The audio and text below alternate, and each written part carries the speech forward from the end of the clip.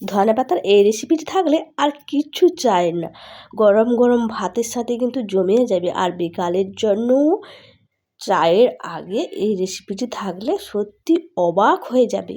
রেসিপিটি দেখলে মুড়ির সঙ্গে খাওয়া যাবে, তো খেতে খুবই সুস্বাদু আর অল্প তেল মশলায় কিন্তু রান্না করা যাবে। রাধে রাধে বন্ধুরা, সবাইকে স্বাগত জানাই মা ভবানী চ্যানেল থেকে। যে যেখানে থাকো সুস্থ থাকো আর ভালো থাকো। পুরো ভিডিওটি দেখার জন্য অনুরোধ রইল, একটুকু না স্কিপ করে।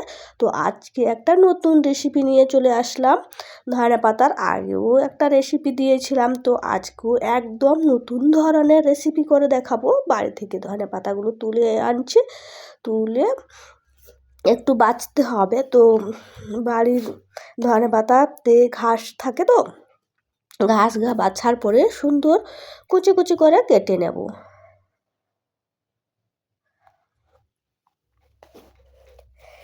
এই রেসিপিটি যারা খেয়েছো অবশ্যই কমেন্ট করে জানাবে, আর যারা না খেয়ে থাকো অবশ্যই একবার হলেও ট্রাই করবে। তো ধনেপাতার সিজন শেষ হয়ে গেছে, প্রায় শেষ হয়ে যাওয়ার মাথায়। তো সারা সময় থাকে কিন্তু এতটা পরিমাণে থাকে না। এই শীতের সময় ধনেপাতাটা বেশি থাকে, যে কোনো সময়ে ধনেপাতা পাওয়া যায়, তবে এই সময় প্রচুর পরিমাণে ধনেপাতা, আর ধনেপাতা সারা বছরই থাকে। তো এই রেসিপিটি একবার হলেও বাড়িতে ট্রাই করবে, অবশ্যই ভালো লাগবে। তো আমি ধনেপাতাগুলোকে ছোট ছোট করে কুচিয়ে নিয়েছি, তারপরে ভালো করে ধুয়ে নিলাম। ধোয়ার পরে আমি এখানে বড় সাইজের একটা পেঁয়াজ আর 3টে লঙ্কা নিয়েছি, ভালো করে ছোট ছোট করে কুচি কুচি করে নেব। তারপরে ধনেপাতার মধ্যে হাফ চামচ হলুদ গুঁড়ো, আর পরিমাণ মতো নুন, 1 কাপ মতো বেসন, আর 1 কাপ চালের গুঁড়ি দিয়ে দিলাম। আর কুচিয়ে রাখা পেঁয়াজ লঙ্কা দিয়ে দিলাম, দিয়ে পেঁয়াজগুলোকে একটু একটু করে ঝুরা ঝুরা করে নিলাম। তারপরে আমি শুকনো উপকরণগুলো ভালো করে মাখিয়ে নেব। তো তারপরে যতটা জল লাগবে জল দিয়ে আস্তে আস্তে মাখিয়ে নেব।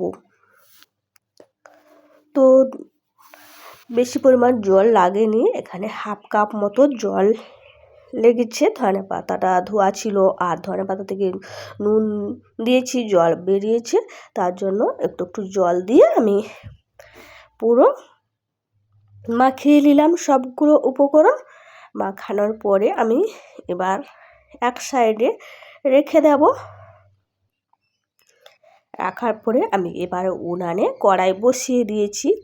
কড়াই গরম হয়ে গেছে, তেল দিয়ে দিচ্ছি কিন্তু, আর তেলটাও কিন্তু গরম হয়ে গেছে।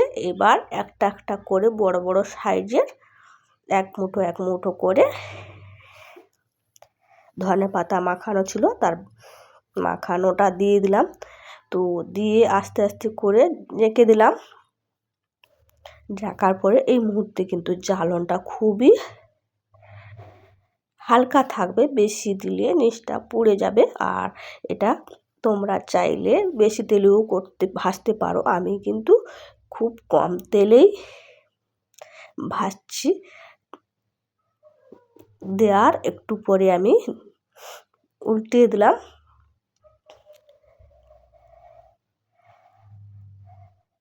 আমি প্রথমেই কিন্তু কম করে দিয়েছি, কড়া টানছে কি না তার জন্য আমি কম করে দিয়েছি। দিয়ে উল্টে একটা চামচ নিয়েছি, চামচের পিছন দিক থেকে ভালো করে জেঁকে দিয়ে দিলাম। জেঁকে দিলে যেটা ভেতরটা কাঁচা থেকে যায় সেটা ভাজাও হবে, আর পাতলাও হয়ে যাবে। তার জন্য আমি চামচ দিয়ে জেঁকে দিলাম। জাঁকার পরে আবার উল্টে নিলাম।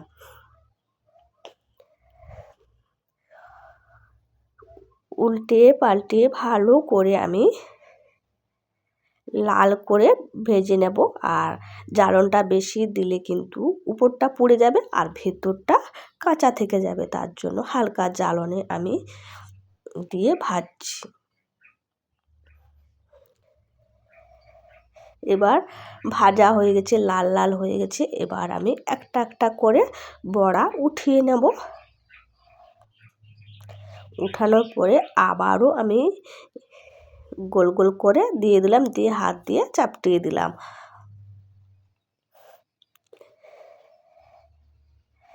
আর এতক্ষণে আমি যতগুলো ছিল সবগুলোকেই দিয়ে দেবো একসঙ্গে।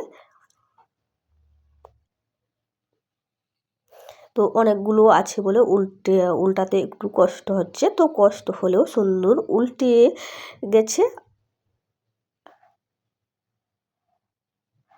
সবগুলোকে আমি উল্টে নিলাম। তারপরে আমি আবারও চামচের পিছন দিয়ে ভালো করে জেঁকে ভেজে নেব।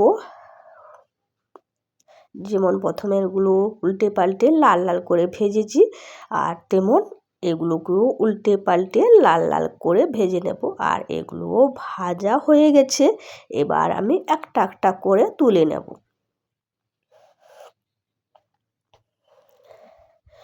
তো দেখতে কতটাই সুন্দর লাগছে দেখলেই বুঝতে পারবে। আর এটা একবার খেলে রোজ রোজ ভাতের সাথে খুঁজবে বা চায়ের আগে টিফিনের জন্য, নাস্তার জন্য এটা কিন্তু খুব লোভনীয় খাবার, দেখতেও কতটাই সুন্দর লাগছে।